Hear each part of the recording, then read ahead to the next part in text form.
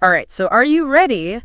Because today we're diving into the Nigerian constitution. Oh, yeah? Which you all requested, and it's going to be fascinating, I think. It is fascinating. Because, anytime you get into, the core the founding document of a country, it's just, it's really interesting to kind of... It's the foundation of how everything else is supposed to work. It's like the instruction manual, in theory. Right. And in the case of Nigeria, this is the largest democracy in Africa by population. Largest by population, that's right. So, we're not just talking about, laws on paper. We're talking about, the rules of the game. Right. For over 200 million people. That's right.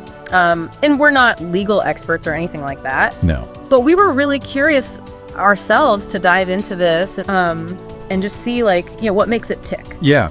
What are the parts that maybe, we would read it and be like, huh. Right. Didn't realize that. Interesting. And hopefully point those out to you so you can have that same little moment of huh. Interesting. Yeah, and one of those things right out of the gate, for me at least, was looking at chapter 3, which is all about citizenship.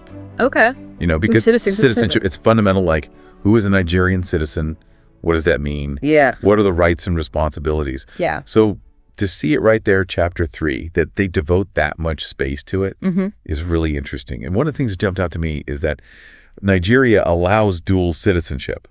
Which I feel like in our globalized world... You would think so. Yeah, you'd think. You would think it's commonplace. But when you look at it historically, and you see the way some countries are still structured around this idea of single nationality, and you can only owe allegiance to one country, it's interesting to see Nigeria kind of take that head on and be like, no, we recognize that in this day and age, people have ties to multiple countries. And they address it specifically. How you become a citizen through dual citizenship. All that's laid out in Section 28. Okay. So they're not shying away from it. Interesting. They're addressing it head on. So it's not just something that's allowed. It's they're this is... They lay out the parameters. This is how we're doing it. This is how we're approaching this. This is how you do it if you want to do it. Yeah. Okay. And I think particularly as we move on and start looking at who can hold positions of leadership, the question of citizenship plays directly into that. Because are there different rules for if you're trying to be a senator or something? We'll get into that, but it's one of those things that ties together. Okay, all right. So let's back up just a hair. Sure. This whole citizenship thing, because I feel like this is already kind of a surprise to some people. Okay. So how do you become... How do you become a Nigerian citizen? Yeah. Besides the obvious of you're born there. Right. Well, that's the first one, right? Right. You're born there. You're a citizen. You're good.